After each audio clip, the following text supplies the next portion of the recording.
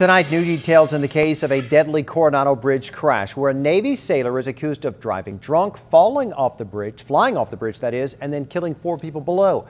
Very soon, a jury will decide his fate. Our 10 News reporter Jeff Lasky is live downtown with this story. Jeff, at one point, closing arguments, they got so emotional, some of the family members of the victims walked out. Yeah, Steve, it was hard to listen to. The prosecutor laid out in gory detail the injuries of the people who died. Some of the family members just couldn't bear to hear those details. Now, everyone agrees the events of that day were tragic. The question was Richard Cipollio driving drunk and recklessly.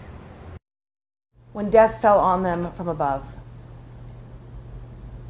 Because this defendant decided to drive impaired, irritated, and impatient. That's the crux of the closing argument made by Deputy District Attorney Callie Bright. In October of 2016, Navy sailor Richard Cipollio was going from the 5 North to the Coronado Bridge when he lost control of his truck, careening off and landing in Chicano Park. Bright says Cipollio had been drinking and that officers and witnesses testified they smelled alcohol still on him after the crash. She says Cipollio was distracted, arguing with his girlfriend on a cell phone in the moments leading up to the crash. And she says he was reckless, topping 80 miles an hour while trying to pass another car.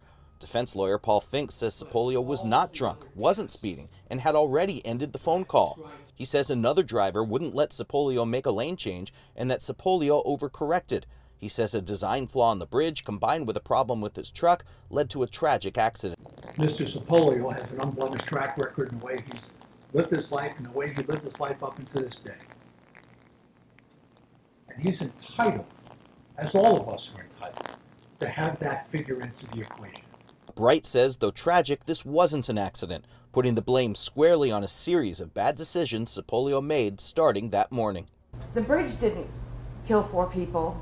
The barrier didn't kill 4 people. We're here because this defendant, how he drove his vehicle, and the condition he was in when he was behind the wheel.